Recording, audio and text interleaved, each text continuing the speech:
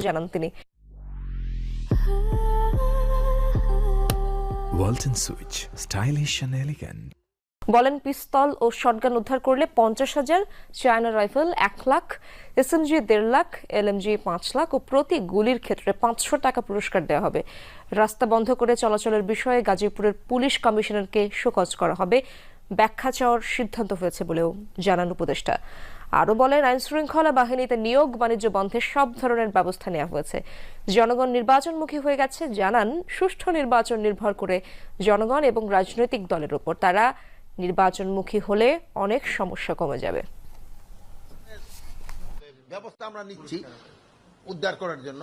এখন একটা পিস্তল উদ্ধার করে দিতে পারি, মানে যেহেতু আপনারা তো নিজেরাই না দিতে পারবেন না, আপনি কারো মাধ্যমে খবর দিলেন, ওখান থেকে পিস্তলটা যদি উদ্ধার হয় তো 50,000 টাকা পাবেন।